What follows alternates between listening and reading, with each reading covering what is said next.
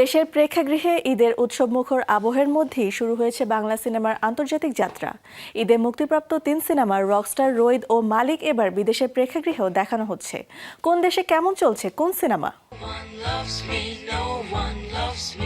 এক সঙ্গীত শিল্পীর জীবন, সাফল্য, সংগ্রাম এবং ব্যক্তিগত টানাপোড়েন ঘিরে রকস্টারের গল্প, যেটি পরিচালনা করেছেন আজমান রুশো।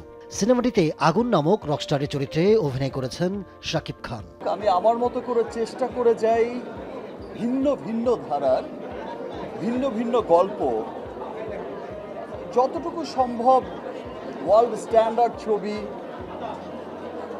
আপনাদের সবার সামনে প্রেজেন্ট করতে।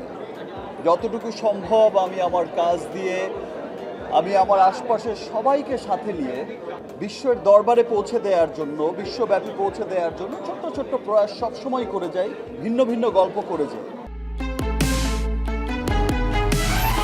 রকস্টার গত 5 জুন থেকে প্রদর্শিত হচ্ছে উত্তর আমেরিকা ও ইউরোপের 41টি প্রেক্ষাগৃহে।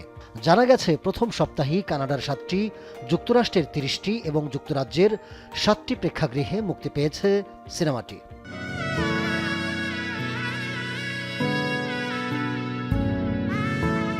অন্যদিকে একই দিনে অস্ট্রেলিয়ার সিডনি ও মেলবোর্নে মুক্তি পেয়েছে মিসবাউর রহমান সুমনের সিনেমা রোহিত।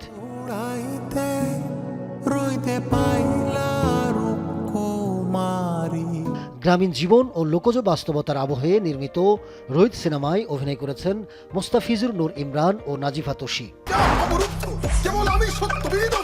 এদিকে সিনেমা মালিক প্রদর্শিত হবে 13 ও 14 জুন অস্ট্রেলিয়ার নিউ সাউথ ওয়েলসের ব্যাংকসটাউনে। সিনেমাটি পরিচালনা করেছেন সাইফ চন্দন।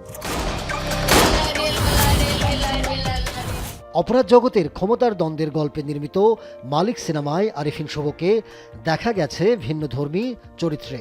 তার বিপরীতে রয়েছেন বিদ্যা সিনহা মিম। যত টাইম যাচ্ছে সবাই ছবিটা দেখছে এবং আরও তাদের ফ্যামিলি মেম্বারসদেরকে বলছে দেখতে, এবং এইভাবে তো আসলে ছবিগুলো ছড়ায়, অথবা আরেকটা দল দেখতে আসে, আসলে আরেকজনের মুখ থেকে শোনে। তো সেই জিনিসটা আসলে আমার মনে হয় আমরা করতে পেরেছি। মালিকের জন্য আমরা সত্যি অনেক খেটেছি। আমরা খুব কনসিয়াস ছিলাম এটা ঈদের আনন্দ করার সিনেমা। একটা গুলগুলি পিঠার মতো একটা গান থাকবে, একটা রোমান্টিক গান থাকবে, ঈদে দেখবো, হই হুল্লোড় করবো, বাড়ি চলে যাব।